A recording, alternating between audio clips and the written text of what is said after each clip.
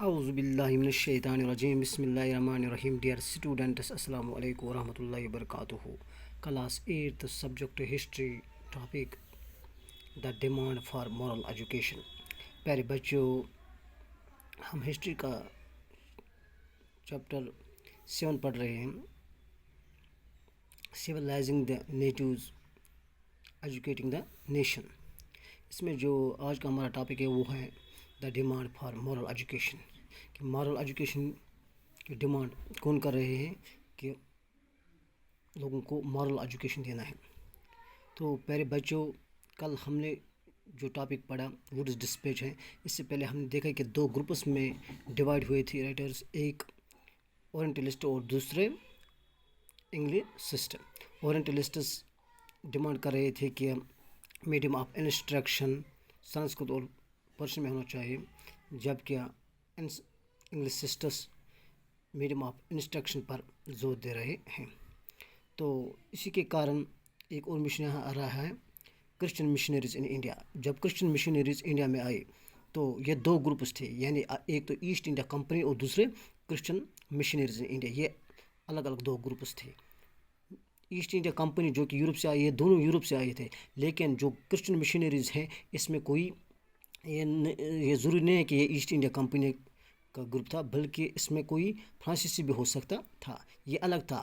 ان کا کام تھا، جو ایسٹ انڈیا کمپنی ہے ان کا کام تھا تجارت کو فروغ دینا تھا ہندوستان میں. لیکن کرسچن مشنریز وہ اپنے جو ریلیجن ہیں اس کا پروپیگیشن کرنے کے لیے آئے ہیں، یعنی اپنے دھرم کی پرچار کرنے کے لیے یہاں ہندوستان میں آئے.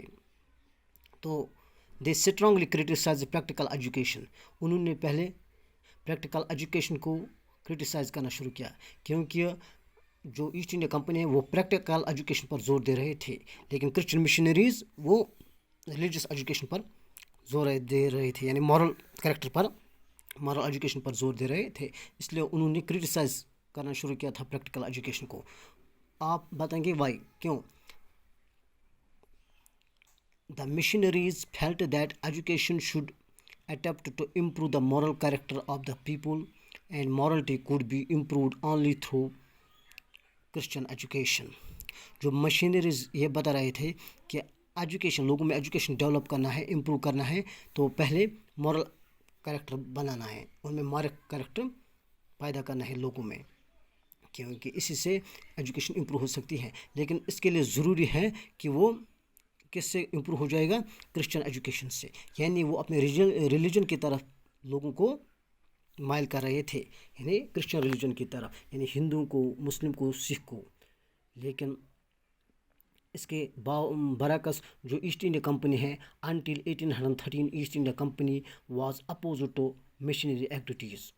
جو ایسٹ انڈیا کمپنی ہے وہ 1813 تک ان کو سپورٹ نہیں کر رہے تھے کرسچن مشنریز کو، کیونکہ وہ یہ سمجھ رہے تھے کہ اگر ہم لوگوں کے ایکٹیویٹیز یا لوگوں کے ویلیوز، لوگوں کے ریلیجن کو چینج کریں گے تو لوگ ہم پٹ جائیں گے لوگوں کے ہاتھوں.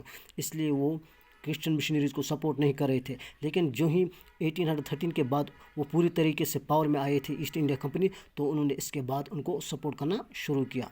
Due to this missionaries were not able to establish an institution within British controlled territories.